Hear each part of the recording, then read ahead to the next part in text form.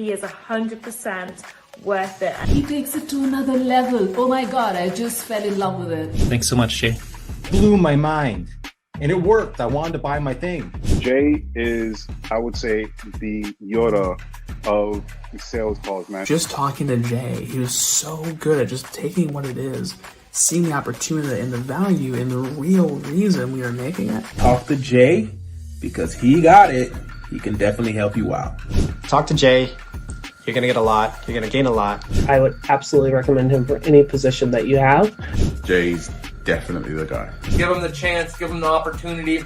You won't regret it. He's good at what he does, so I highly recommend him, and I would book him before he is fully booked out.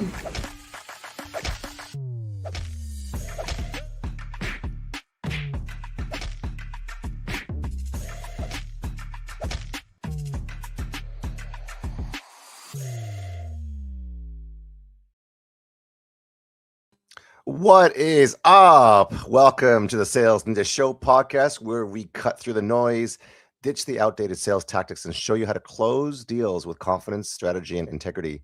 I'm Jay Lee, founder of Sales Ninja, and if you're tired of chasing leads, handling endless objections, and feel like you have to convince people to buy your place, here we do sales differently.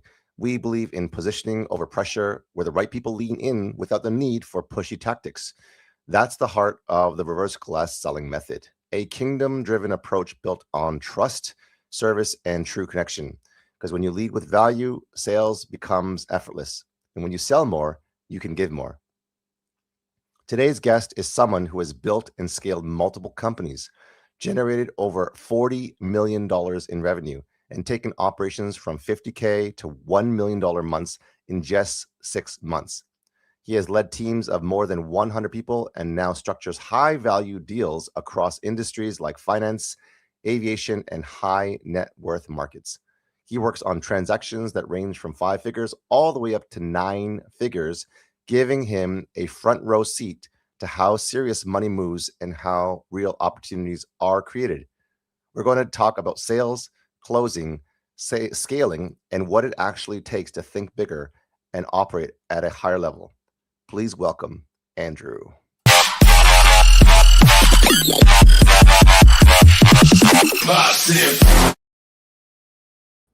How's it going, Andrew? I love it. It's going great. I love that introduction. That's awesome. It's what you've done. And yeah. I was going to say your last name, but I forgot to ask before the podcast how to pronounce it, so I didn't want to butcher it. No, it's all good. People mispronounce it all the time. It's Imbesi. Okay, that's what my guess was. I should have taken my gut feeling. And that's a good intro. Like, you know, when we talk about sales, sometimes that intuition is something that, you know, sales reps, closers forget, and they follow, for example, a rigid script, and they kind of barrel through and bulldoze through. And even though they're not listening to the quote unquote prospect, they're not following their gut to what they think. What do you think about that as a starter? Oh, yeah, it's true. I really liked what your introduction really just had to say about mostly like integrity. And I think that's definitely like, I think when you're first starting out in sales, like it's very quick to, you know, try and say what you want to say to, you know, get the deal, and you have must have on commissions. And it's like, you know, oh yeah, I like need to get this deal, and I need to close it. I need to make the money from it. But in fact, you'll just, by being willing to like waste deals and like not have deals, you'll actually just pull in better deals because you're not, you know, chasing after the wrong prospect. Because even if you're just closing deals, on the other end of the side, someone has to work one-on-one with that client, or they need to get helped in some way. So like closing with integrity and actually closing the like better deals is just, you know, a lot better in the long run. Yeah, that's very true. And, you know, let's go back a little bit, you know, to your personal journey and, you know, how it all started. So what got you started into high ticket sales? Did you have an entrepreneurial family? Did you, you know, sell and overmark, you know, candy at the elementary school? Where did it all start?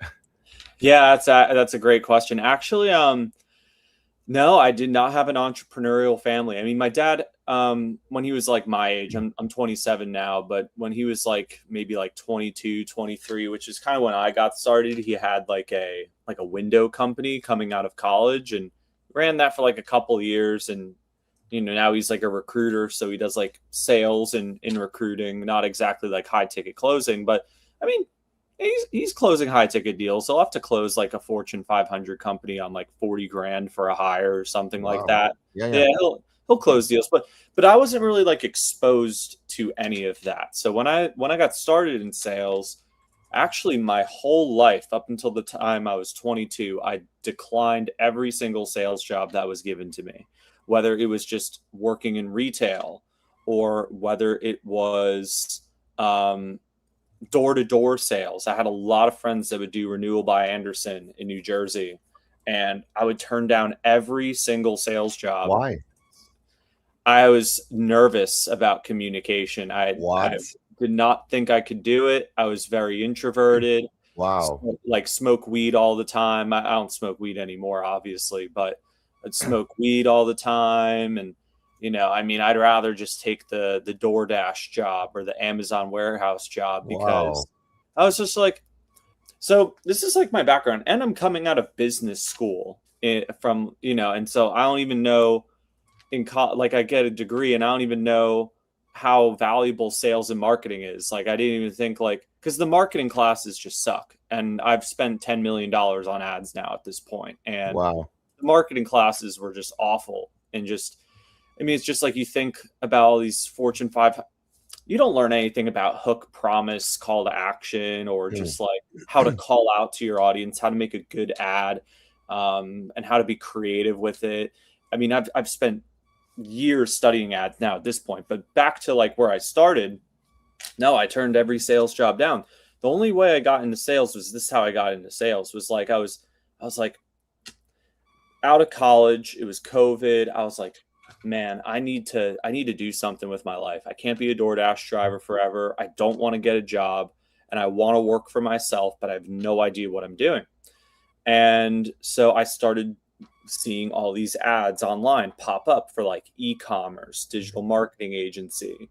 So it took me like months to eventually buy like a course that was like $9. I tried a couple of things, but before that, like I had bought like a $500 Amazon FBA course, like, maybe in like 2018, 2019, I bought a music production course as well.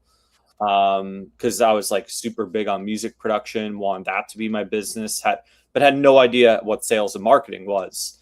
Then I bought like an e-commerce course, bought more, then bought a digital advertising course. And it wasn't until I bought the digital advertising course that I was like, well, I'd always turn down sales opportunities, but if I could sell that I like, maybe I'd actually have a much more enjoyable time doing that.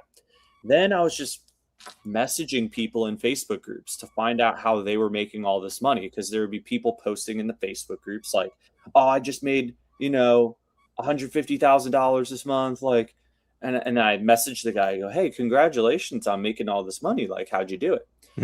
One Facebook group, this one e-com Facebook group I was in, where there was a salesperson poaching people out of the Facebook group into a sales training program. And I was messaging him. I was like, dude, you made like $150,000. Like, how'd you do that? He was like, sales. I was like, sales? He's like, yeah. I was like, but I'm interested in e-com. He was like, well, I did it in sales. I was like, okay. And then kind of go about my day. And like 2-3 weeks later, things start to click in my mind. And I'm like, hey, bro, what did you do again? And then I talked to him. And then I bought the last thing I bought was like a sales training course. And I was like, all right, let me like do some setting and make commissions, like setting deals like for my computer that's going to be better than driving and doing DoorDash, like like work from home stuff. And that's how I got into sales. So it was like, it wasn't even something I was looking for, but I just kind of naturally found myself doing it. And then once I saw some videos for that, and I started learning like, the material for sales and communication, I realized that was way more valuable. And I was like, this is the skill that I need to learn. It's like, I don't care that I'm not making it work with, I wasn't making it work with ecom. I had just blown like 10 grand on it. Nothing was working. I was like, this is what I need to learn. And then it was a massive uphill battle for me to learn that skill. I was not a natural, but eventually I learned the skill. Okay, that's fascinating because I think with your achievements and your ability to scale and sell these super high ticket, $2 million yachts and, aviation and all these things, someone who is not confident, someone who'd rather go into the warehouse at Amazon or, DoorDash and be the quiet introverted guy is in front of these, billion-dollar net worth people walking and talking now.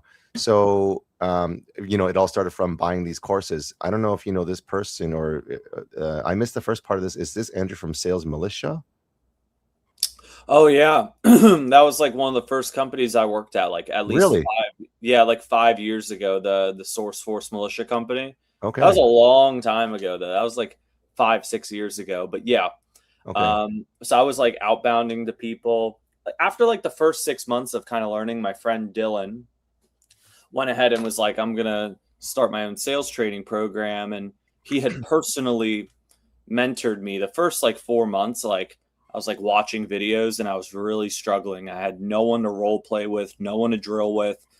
And then I had the opportunity to go meet him in person and I drilled with him for about a week.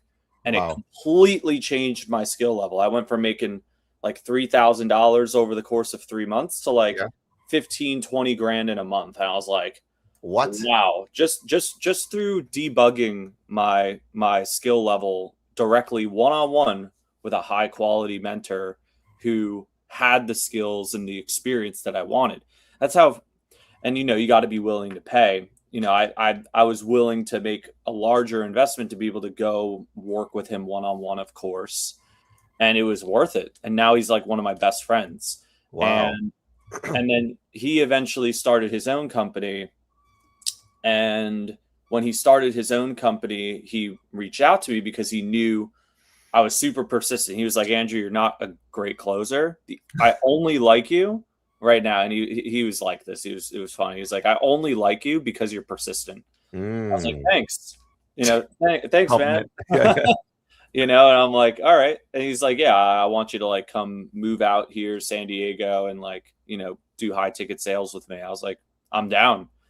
I like left my home in like 2 days. Wow. And I was like, I moved out there and, and yeah, and I've been closing deals ever since. I just made it go right. So you moved from where to San Diego, and what were you New closing? Jersey. Yeah. And I was closing sales training at the time. When I started out, I was closing sales training. I was doing cold outbound to Facebook groups, whether they were paid sales training Facebook groups or just like free sales Facebook groups. I was doing outbound just through DMs. Like every morning I'd wake up, be like 7, 8 a.m. and I would be sending about 40, hey, what's up messages. Hey, it's Andrew. Like, just friend request message, friend request, and I would do that every single morning because we never really had paid ads, and his bread and butter and my bread and butter at the time too were just, we were really good at connecting with people through DMs. And I'm still very good at that to this day. And I still close a lot of deals to this day through cold DM all the time. Okay. And I want to just comment on that because, Andrew and I are in different threads on Facebook Messenger. That's one of them. And there's a different profile here, which is a completely different picture. And I was so confused on which Andrew I was having on the podcast. So I was talking to my VA. I'm like, which one is it? And she's like, the one with the green matches the bio. And then I found out this morning before the podcast, that's you're doing both because you had multiple accounts. So for people who are watching the live or the replay, I don't think people really understand the depth and the skill that you're talking about with outbound, social media selling. So walk us through, like, because cold outbound Facebook groups, how do you pick them? And what do you say? What's your message cadence look like? That's such a good question, actually. That's a really good question. That's so helpful. So So you want to pick groups, ideally where people have like higher intent. So think about anything that you could be selling. You could be selling, and it's going to take you some time to find the right group.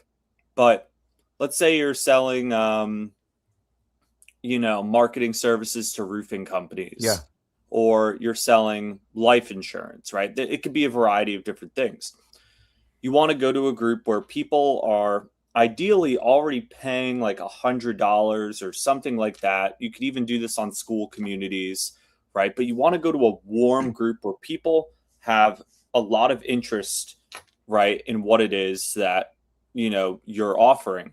And ideally they've paid something to join the group and you found a way to get into that group. Now, I say that because if they've already paid once for something, $100, they're going to be willing to pay $10,000 more than likely for something that's going to be better than where they are currently. Yep. So, how I would get in touch with those people is obviously I would use every promotional avenue available to me. I would be making posts on my personal profile. I'd also be making posts on groups, not the paid groups, because eventually you'll get kicked out for soliciting a group. That's why I have multiple accounts, right? Yeah. But you'll make yourself known. And so whenever I would message people, it was very simple. It would be, I would find some kind of communication line to get in touch with them. Like it would be messages or commenting or whatever, right? And I would, give them something simple to reply to, right? Because no one wants just like a basic pitch in the DMs, right? And I'd probably find some way to connect with them and share like a common reality point. I don't necessarily need to go digging into their Facebook profile to find something in common. That might be a little too try hard, but I'll normally just say, honestly, something like, hey, what's up? Or like, hey, and it'll look kind of funny. It'll just say, hey, what's up? Or maybe if they said something in a group and I'm reaching out regarding that post, the most important thing is I'm trying to get them to at least reply. Because once they reply, I'm just shooting right in for like the phone number, because people are going to not, people will stop messaging on Messenger or Instagram relatively quick. So like, even when we were running like DM ads for my credit stacking business, we would, run DM ads. People would come in. First question we would ask is, what's their credit score? And then we'd say, what's your phone number? We just dive right in. But when we were doing the DM outreach, like I would try to keep everything to like a page or 2 pages on your phone. Okay. Before they, scurry off, right? Yep. Like, it's like, hey, what's up? Hey, who are you? We're in this group together. Question. No. Let's connect. What's your number? That was literally it. So within 3 messages I was sending, and in the beginning, when I sucked at sales, I was doing like 2-page long paragraphs. Like, I just found a gold mine and you need to learn more about what this is. And people are like, that's pretty silly. That's pretty stupid. So, hey, what's up? Something in common, like with a question, and then let's connect. What's your number? And then once I get the number, then I could like really go in on a deal. But most importantly, it's just like, hey, can we connect over this thing? Like, you could even say, hey, what's up? I'm looking to connect with people in this group who are running into this issue. Can we connect on a call? It's like not salesy, but it sounds like you're trying to participate in the group. You're not trying to bait and switch them, of course. Yeah. Right? That's not what I'm saying to do. Don't bait and switch them and, be that guy. But reach out and say, hey, we're in this mutual group. Are you running into this problem along with me? Right. And it doesn't sound salesy. And it actually sounds like you guys are trying to collaborate. Hey, I see that you're in this roofing group. What do you do to get I also work with other roofing companies. What do you do to get customers? It's like, oh, can you tell me more about how you've been successful with that? Can we hop on a call? Bam. Now you're getting conversations with high quality people. You don't want to get locked into asking them too many questions on Facebook, in my experience, because I think that's how a lot of conversations get lost. Okay, amazing. Those are great practical tips. Bo Murray is saying also active groups that do lives weekly will create faster responses because the users are more active as well. Exactly. He also said he's generated millions in cold messaging, and he was doing, similar things that you were doing 5 years ago. Now he's using software automation and AI, and this is what he said with that. We're doing voice message with a written message below that simply says, hey, first name, let me know your thoughts. Now they can't simply scan it on their phone and ignore this. They actually listen to it. We have found this creates more engagement with a faster personal connection as well. And he says, good stuff, Andrew. Yeah, 100%. Yeah, that's all. Yeah, I agree with all of that for sure. So before we move on to scaling, so people who may not understand Facebook may not understand how do you do multiple accounts? Because I know on different platforms they don't allow you to have multiple accounts. How many? And I don't know if you know this, and if you don't know, that's okay. But I think I only have like 2. I have 2 with my name on it because I think one time like my original account went down, so I made a second account. Okay. But I do have maybe 1 or 2 other fake accounts. Okay. And then maybe sometimes depending on what friends I have involved, I may ask to use their account for sales activities. Really? So maybe. When you're using other people's accounts, are you using like a VPN, or are you just getting their login information, or? Yeah, sometimes. Yeah, that's pretty much. Yeah. But, typically I could make it work with 40 to 50 messages. If you're in the right group, you can make it work with 40 to 50 messages. You could still find yourself on at least 3 to 5 plus sales calls a day with 50 messages. Oh, totally. If you're in the right group that's active, and it needs to be an active, high intent group. And that's usually the hard thing to find, because a lot of the groups out there are definitely junk.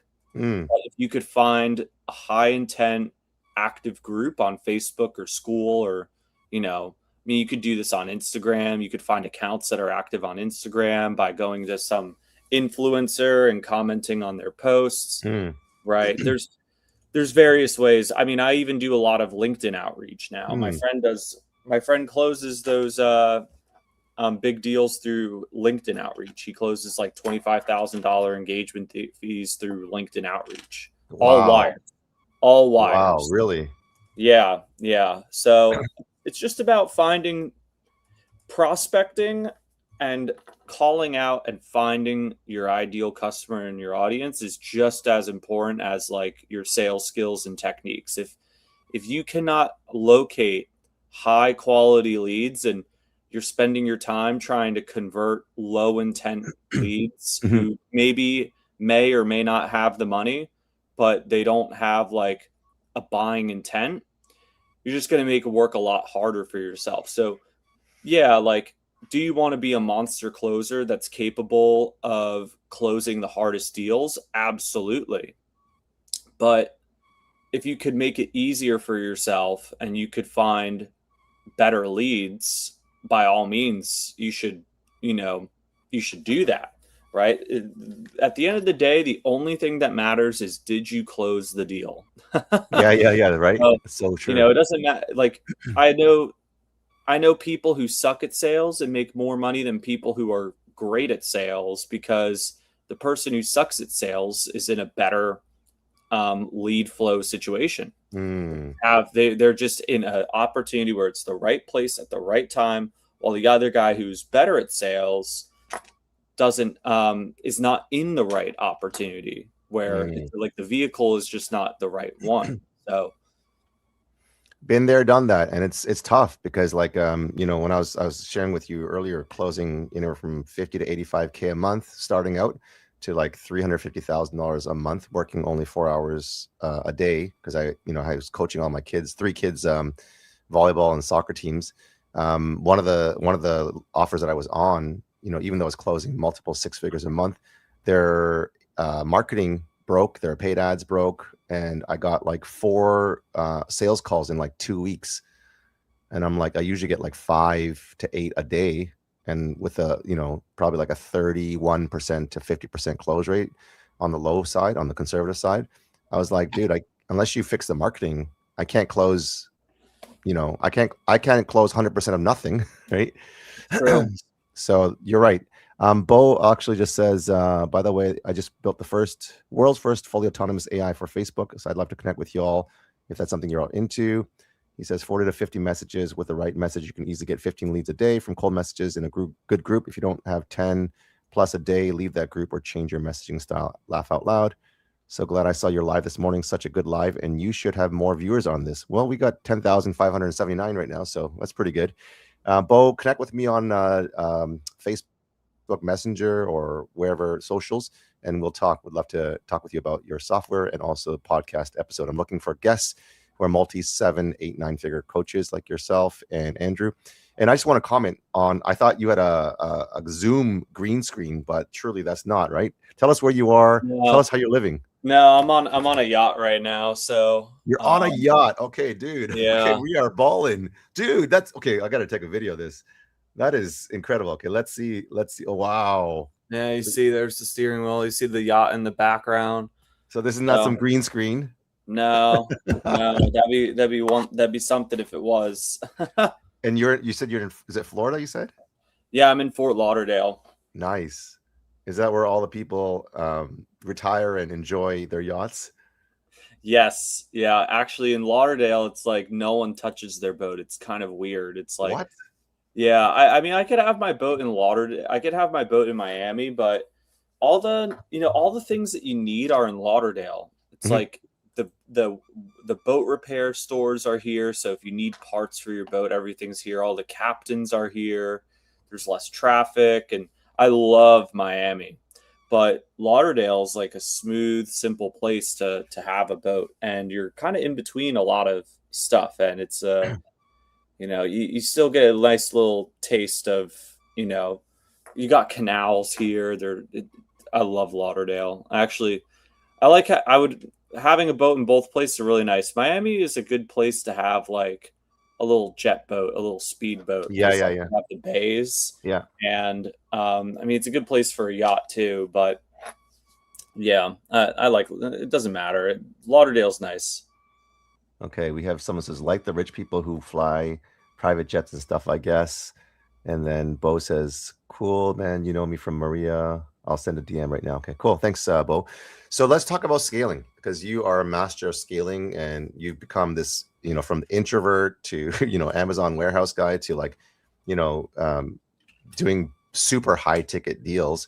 Going from 50K to $1 million months in 6 months is aggressive. It sounds like something's going to break, or something was like, not like it sounds made up. Like it doesn't sound real. 50K month to $1 million month. I mean, walk us through that, because even for someone who's like a scaling, expert like myself, I'm thinking, how the heck do you do that in 6 months? Sure. Yeah. Well, there was a lot of trial and error that got up to that point. And yes, of course, things would break and we would repair them after we got to that point. But we definitely maintained that level for a very, very long time. But before I got to that point, I'd probably spent nearly $200,000 on personal development before I got to like that first $1 million month. Really? Like, 100%. Absolutely. I probably spent at least $200,000 on personal development before I had my first $1 million month.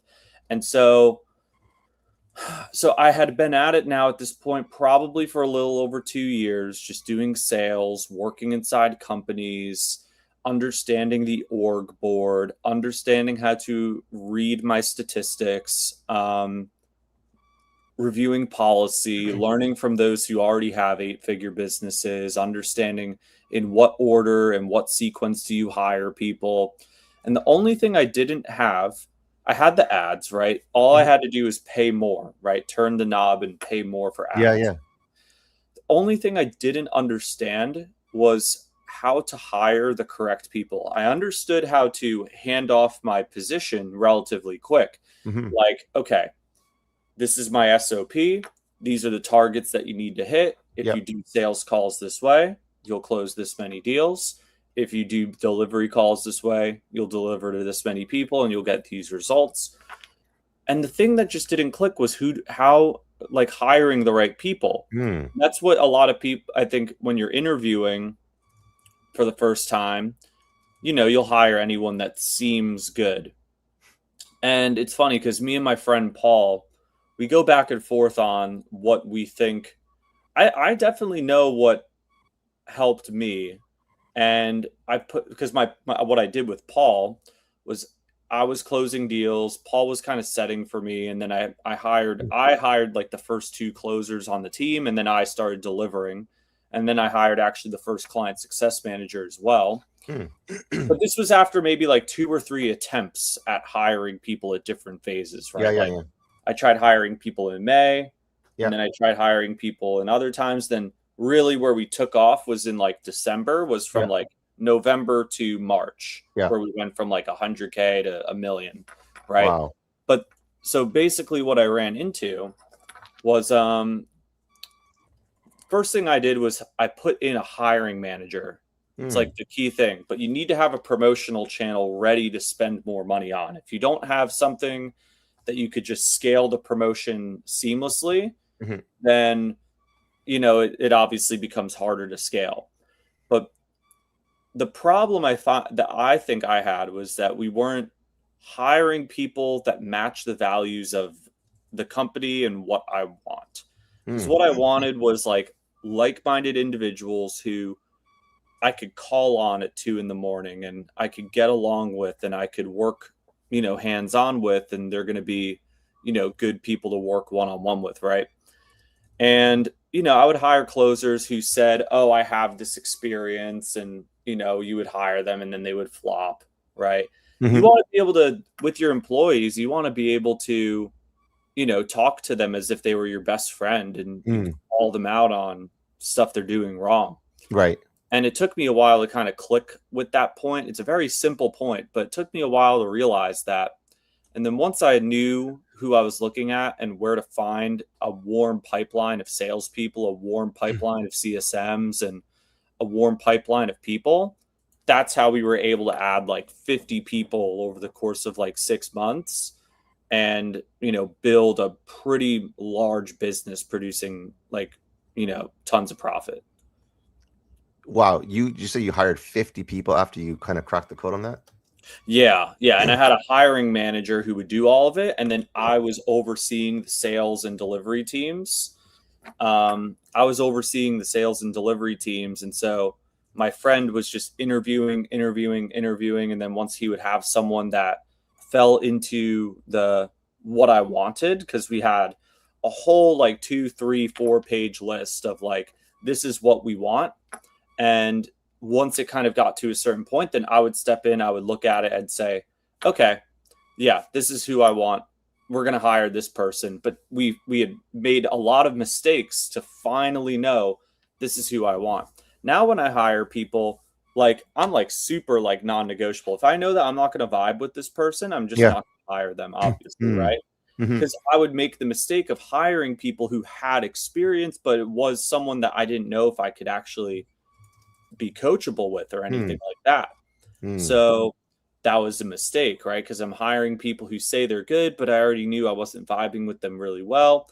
So it's a combination of all those things and finding a pipeline of those things and be able to have them move into the role seamlessly, right? So then eventually, you know, I mean, I've really only had like 2 company experiences in my life, like working with myself and then managing like multiple teams of people. And then eventually, by the time we were at like April or May, we had selected like the best closer or like the best person who could lead all the salespeople, the best delivery person who could lead all the delivery people. And like it was essentially like an autonomous company at the time until we had to replace ads or replace employees. And your skill set changes from, you know, closing deals to closing people to get work done. You know, you're closing people to get work done. You're motivating them. You're incentivizing them with goals or, you know, by understanding what you got to understand what their goals are, right? If you want to get people to move, you have to close them on the correct comp plan. I always view everything essentially as like a close, like as a sale, right? How can I get this guy to work harder? Well, if I incentivize him based on his production, then he'll work harder. Like he gets bonuses based on the amount of clients that he services or the amount of paid in fulls that he gets, right? You incentivize them on their comp plan for actions that they want. So it's funny, every time I talk to a current employee or a former employee or a friend or whatever, anyone who's kind of passed ways that I still have a good connection with, they're like, man, Vogue, like that company was amazing. Like, it still is great. It's still a great company, but, it's just, I put millions of dollars into self-development, like learning all of those different things of how to manage my company, how to manage my team. And, it's a beautiful collaboration of all these skills combined. I'm just taking this all in because this is all fire, right? Just, and speaking of fire, this is a perfect segue is we're talking about recruiting. What do you think about the saying of hire slow, fire fast? Yeah, I like that. Yeah, I do think the faster you do anything, the faster you're going to learn, right? So I definitely fire fast. I definitely fire people for things that are controversial, not like discriminatory things, but like I do give people a lot of second chances, but like for example, this is a good example. Like there was I was watching I was consulting someone the other week, and I was talking to one of their employees, and I was telling them they need to go do this thing. Like the simplest thing, send an email, and because they're trying to get like their 10 DLC approved, right? Yeah. And I was like, okay, this is how we're going to do it. I need you to make these changes to the website and then send an email. And this guy just wouldn't duplicate. And I was like, he's not going to do what I asked him to do. I can already tell. And I was like, can you do this? And he wasn't even giving me an acknowledgement. What? Yeah, it's like small little things like that. I mean, I was like, it was like he was like rage baiting me almost. It was so funny. I was like, hey, can you make sure send an email, do this, right? And he was like, I was like, so are you going to send an email? He's like, okay. I'm like, bro, I need you to send the email and do this. And he didn't do it. And so I was like, I texted like the same day. I was like, what considerations does he have on sending an email to get the 10 DLC approved? Right. So I texted the boss. I was like, if I were you, bro, I would have fired this guy. Like, no effing way. Like, I would fire this guy. No questions asked. I would fire people really quick. If they weren't hitting their targets, I would fire them quick. If they were not following instructions and they were doing things their way and not the way that we wanted them to do it, I would fire them.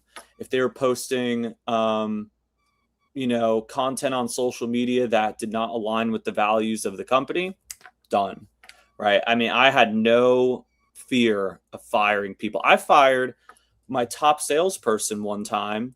I've done it actually multiple times. Really? I've fired top salespeople many times. Many reasons. The first one I ever fired that was a top producer.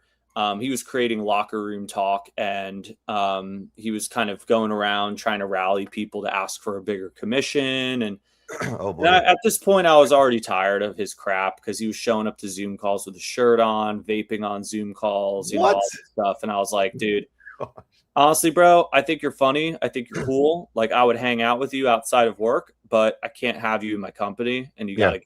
And it was one of the first fires that I had to make when I was at $1 million a month. Wow. Then I had another guy. What's the reaction like? He was like, what? No way. And he knows that this is about to be like, this is about to be one of the best offers on the internet. And he's like, no way. I'm like, yeah, bro, I told you many times, like, get your shit together. Like, I don't care that I don't care that you're a top performer on the team. I'll find more top performers. I don't give a crap. And like, I just keep like, making 50 to 100 grand a month wasn't so bad. So I was like, honestly, I don't care. Like, if I have to go back to making 50 to 100K a month, like, whatever. Like That's if what it he said? doesn't, if it implodes, like I don't really care. I'm like, there's nothing to lose, like in all the game. Like then, fired another guy. He like did like 90,000 cash collected in a month, and then he went on vacation and he came back and sucked. And I was like, yeah, bro, like you're gone. He sucked. He couldn't perform. Yeah, he had like a 1 month wonder and just and then like months after he just couldn't close deals. Wow. Yeah, I've had this with a lot of people. I fired a top performer because he was creating legal problems for the company. He was selling unethically. And then later on, I learned that he tried hopping onto a similar offer as mine. And then someone else fired him for the same reason, that he was selling unethically, right? Wow. It was kind of funny.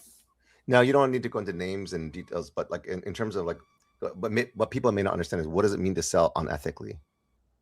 Oh yeah, saying things, misrepresenting the product. Okay.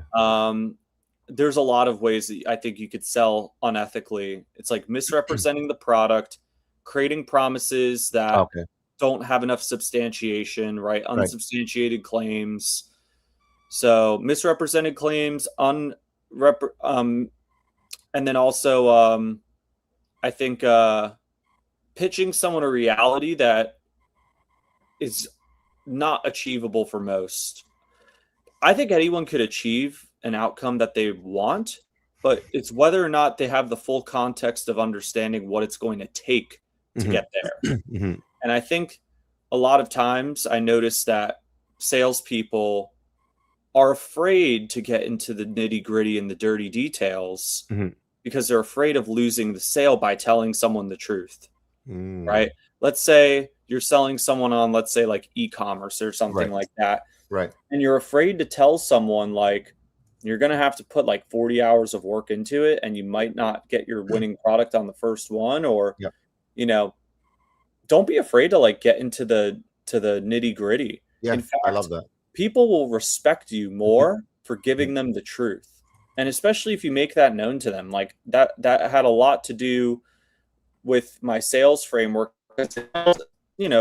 All sales frameworks are relatively similar, right? But who teaches you the framework is really the biggest change, right? But like the same thing with that, like I would, it was so valuable, so important. You talk about personal development and you spend a lot of money.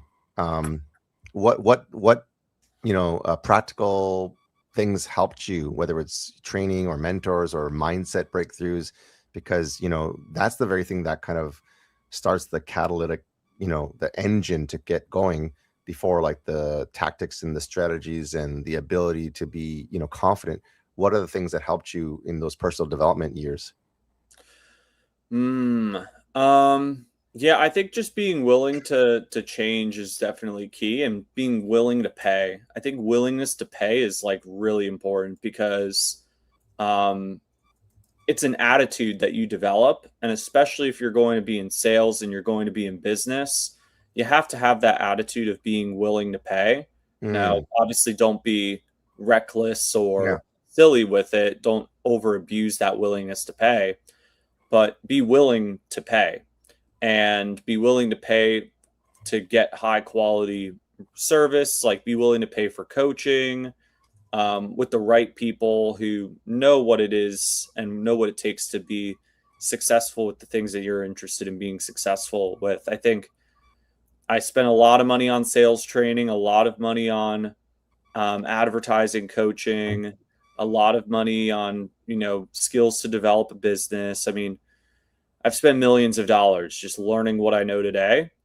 And it's been worth every penny because, I have experiences and skills in business and exposure to opportunities that most people will never figure out because I was willing to pay. And I wasn't willing to be frugal or cheap. Like I'd get a 0% card and I would slap it for like 12 months and say, you know what?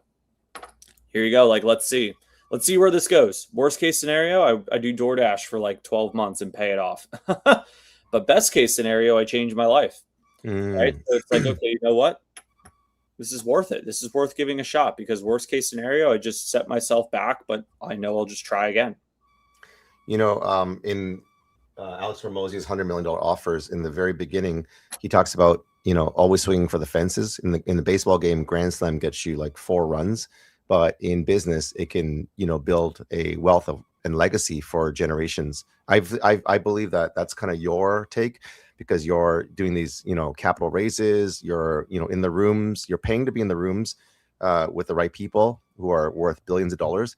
Talk to us and walk us through, you know, either a large capital raise and how that works, because like that's a whole nother, like we're talking that's millions like a and millions whole of new dollars. difficulty of Yeah. a whole new difficulty of Yeah. sales, right? Like, Right. while with closing like $10,000 offers like online and stuff, you know, you're going to run into the traditional objection handling and, you know, all this stuff.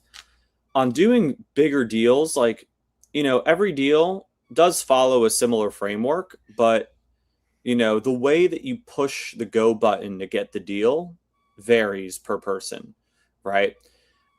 You don't want to create the perception in like one of those deals that like you're desperate to raise capital for them, even though you know that they might have a really good project. And you know that you might be able to help them for sure. But if you start like kind of hard closing someone on it, you get perceived as it looks a little fishy, right? So like the sales techniques change a little bit. Yeah. When you're closing someone, let's say for sales training, and you're like, you know, a little bit yanking them by the arm a little bit, and like you really want to help them get out of their situation, like, okay, that's probably expected. That probably makes sense. You don't necessarily sound desperate. You could use enough face savers to make it sound like, well, hopefully you not just make it sound like, but you actually care about helping them. You could do similar things for like capital raising or buying a boat and stuff like that, but it's either like you want it or you don't.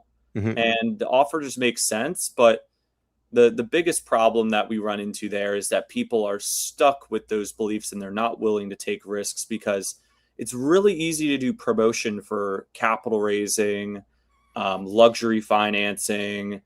But the biggest issue is like whether or not those people are willing to pay, and whether or not they have the tough skin of a business owner, right? And, you know, some of these people have gone through, you know, some of these people have never spent money before, or have made mistakes spending money, or just unwilling to drop $25,000, $50,000, $100,000 to see if it could work. Like Goldman Sachs will charge at least $5 million for an upfront engagement fee. The company I work with, we do a $25,000 upfront engagement fee, which is not that much difference.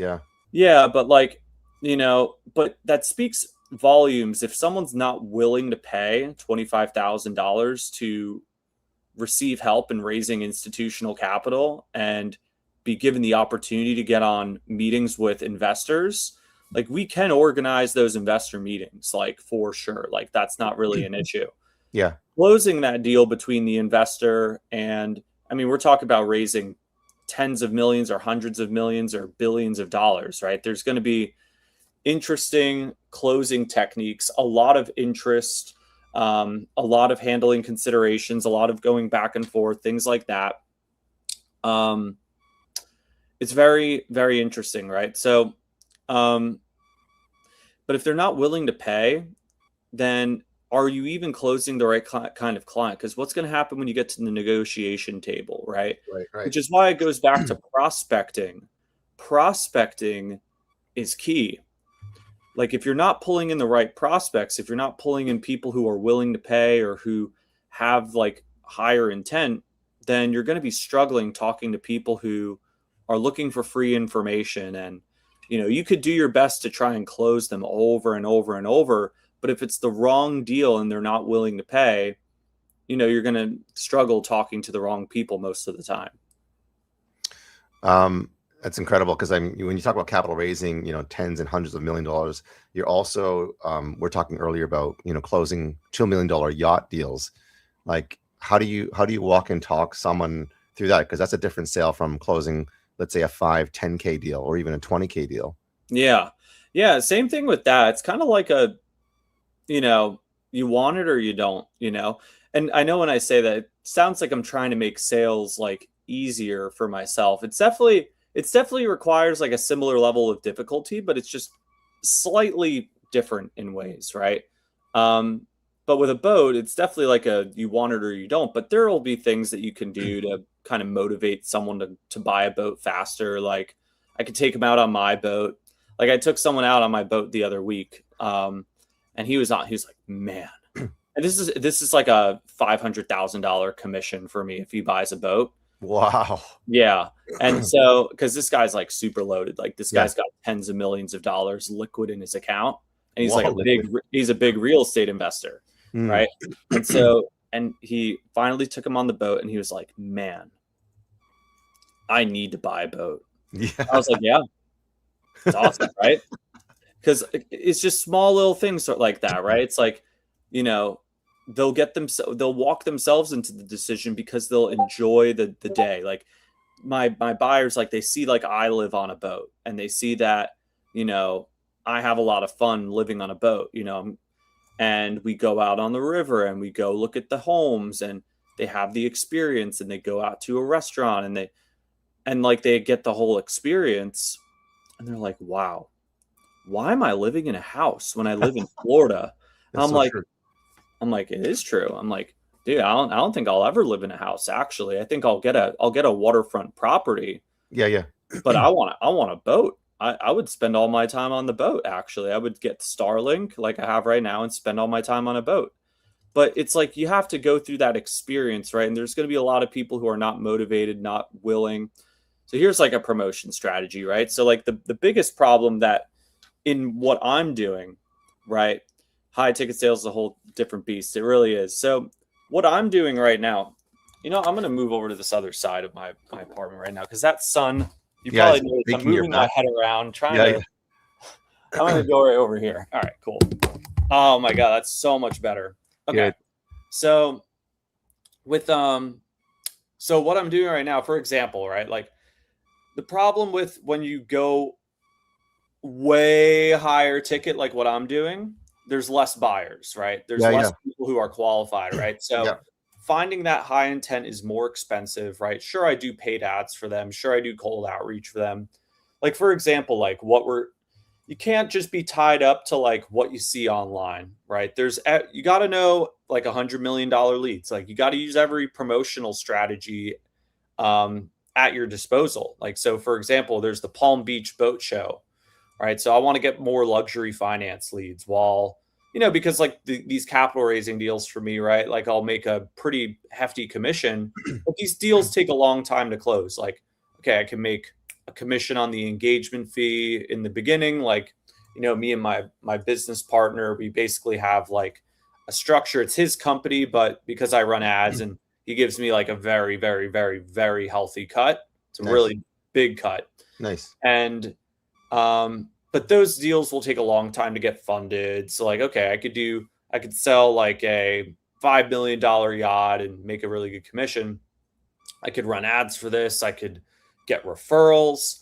I mean, what we're even going to plan on doing tomorrow, me and a guy that, does like some assistance kind of setting and sales work with me. We're just going to go print out thousands of business cards, and we're just going to stand outside the entrance to the Palm Beach Boat Show, and we'll just go and hand out business cards. For real. It's just like a simple, but, I mean, 6 years ago, I would have been scared out of my mind to do that.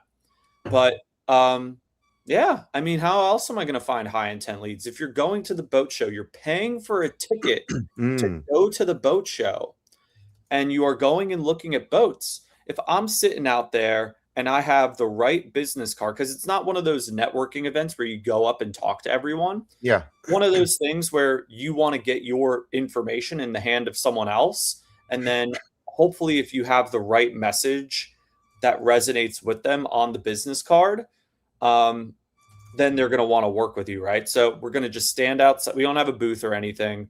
We're going to stand outside the entrance. We'll walk through the place. We'll just hand out business cards. We'll bring thousands of business cards and we'll just hand them out to people. And it'll have my phone number on there, but it'll have more of my competitive advantage as to like, sure, what I do, but why they should work with me. Because the things that I offer, like, there's plenty of other people who do them. Probably some of the smaller competitive advantages working with me is that, in their mind, I'm not like some other salesperson there who has a booth. Like, I actually own a boat. I've gone through the experience of buying a boat myself, and I could resonate with people and sell them on that experience. And my clients come to me for advice on boats because I've gone through it myself. They have a different level of trust versus someone who's just selling boats, or someone who's just selling financing, or someone who's just selling insurance. Because with me, I help them do all those things. And yeah, I get paid a pretty nice commission. And it's essentially they have to pay a premium to work with me. They don't really know that necessarily, but it's not really a thing that comes up. It's like, yeah, I'll charge them points for financing. If they let me use my broker, I can get a commission with the salesman's license, right? Yeah. But the benefit that they get is like, they're not going to be told what they want to hear. They're going to be told what they need to hear. And they're going to have someone who's gone through the process of buying a boat and knows the best practices to buying the right boat. And, that's kind of my competitive advantage, right? And so it's kind of like a lifestyle business that just matches me because I love boats. I've owned a boat. I want to help people with boats. I can make a lot of money helping people with boats. And that's how I want to make myself known. It's like, you want to buy a boat? Well, this guy's just going to want to make a commission off selling a boat. There's so many jackasses in the broker space and in yachts. I mean, every time, like I'll never forget when I was buying my boat and we were making a deposit and we were trying to get the financing approved. We tried to call the broker and we were like, we need like an extra week to put together the financing. He's like, F you, bro. The financing's not coming. I'm taking that deposit and walking away. Bye. What? Yeah, crazy, bro. These brokers are crazy. It's such a slimy space, man. It's like, I forgot how disgusted I was by it until like a month ago. I called back a broker after a showing. I was like, yeah, like, asking him a little bit of questions. He's like, oh yeah, that other boat that you guys are going to go see, that's a piece of shit. That other boat that you're going to see, that boat's terrible. You're going to come back to this one. I already know it. It's like, oh yeah, I forgot these guys are like that. They're like, I called this one broker after the Fort Lauderdale boat show, and she was like, I'm the number one broker in my firm. Everyone in my brokerage is a piece of shit except me. Oh my wow, gosh. I forgot this is how they sell people. Like a used car salesman. I'm like, I mean, wow, that does kind of that does plant a little bit of a seed. Like, okay, this broker is like the top broker. She gets the deals done. If this is her attitude, I'm actually kind of sold on her. Actually, it's kind of weird. So yeah. It's like, it's ugly at face value, but it's like, okay, wow. But if this is how she handles a deal, like, you could tell she gets deals done, right? And that's who you want on your team. Yeah. But yeah, my angle is like, well, yeah, I mean, I've bought a boat and I'm not going to be one of these salespeople that jerks you around or whatever. And it's like, tries to get a deal. It's like, look, you're going to get these problems with this boat. Don't run into that BS. Like, here's the real. I'm going to help you guide toward like the right direction and get you something that like actually makes sense, not because it benefits my pocket, but because it's like, I know the problems of running a boat and I don't want you to have problems that are just frustrating, So you want to pick the right boat, right? Mm-hmm. There's, at this point, I'm at a point in my life where it's just like, I just want to have fun closing big deals. Mm-hmm. And like, if it takes time to get the right prospects in front of me, like, so be it. But it's a lot better than having to manage headaches. And I think the quality of client that I work with is like more important than going out there and trying to do volume with something that is going to create a lot of problems. I talk to people about, is there something that we could close deals on and do that's a lot more consistent, right? Because, half the time with working with rich people on expensive stuff, you're waiting for big things to finally fall into place. It's like, what would I even start that just like is consistent, but isn't going to bring a lot of problems. Yeah, good you know? point.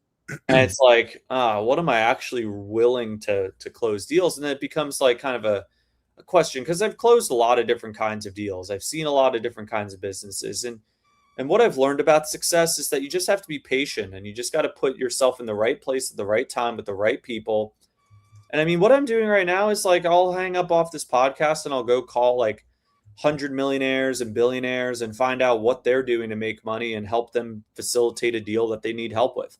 They need to buy a boat. They need to buy a jet. They need to buy a luxury real estate property. They want to raise capital for their project. And you're speaking to really smart and rich people. Mm-hmm. Start learning about what they do to make their money.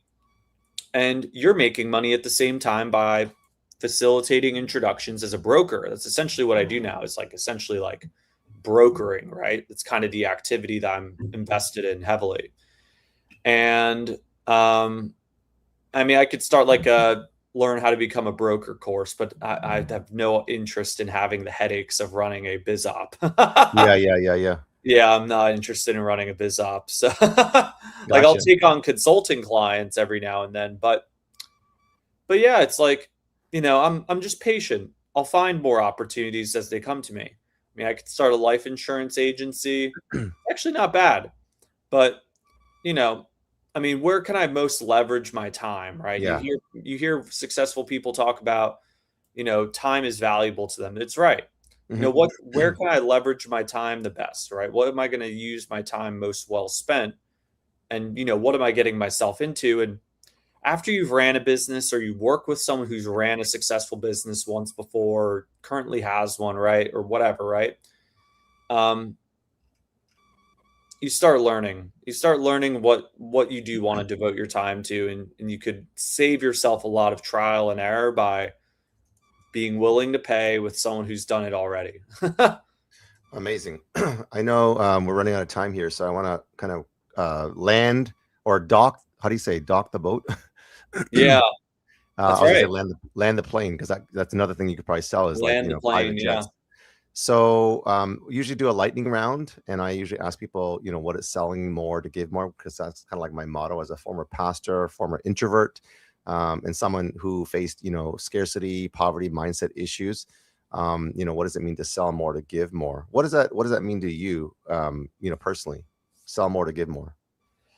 Oh yeah, it's all about exchange. I love that you asked that, because to be honest, every single time I've tried making money, when I did it for me, it never worked. Ever.